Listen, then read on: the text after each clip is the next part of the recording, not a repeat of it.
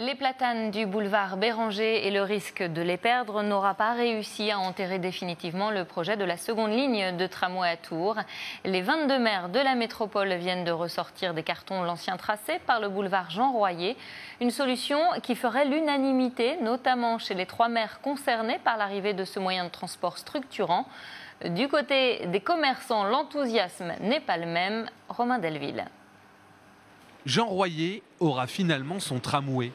Ainsi, on a décidé hier soir à l'unanimité la conférence des maires de la métropole. Royer n'est pas un choix par défaut, c'est que c'est le choix qui se fait puisqu'il y a tellement de contraintes à Béranger. Passons par Royer pour faire cette deuxième ligne, parce que derrière, il faudra faire la troisième ligne, Saint-Pierre-Saint-Cyr. Sur place ce matin, ce n'est pas la joie chez les commerçants. Au petit bistrot, on se relève à peine d'un contexte défavorable après 2 ans de Covid et de restrictions en tout genre.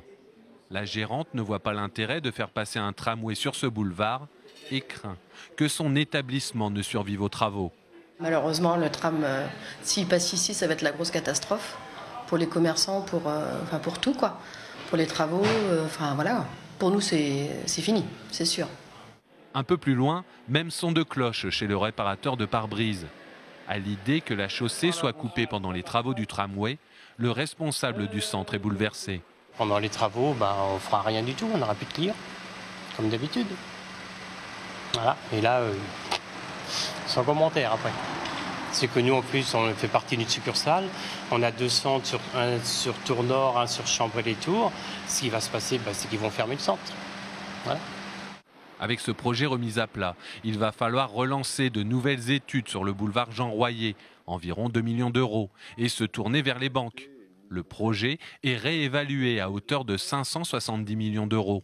C'est urgent de le faire maintenant puisque les taux, comme vous le savez, risquent d'augmenter. Donc il faut absolument qu'on signe ces emprunts, notamment auprès de la Banque européenne d'investissement, très rapidement, puisque le projet est tout à fait cohérent. C'est une ligne complète et ça, c'était absolument nécessaire.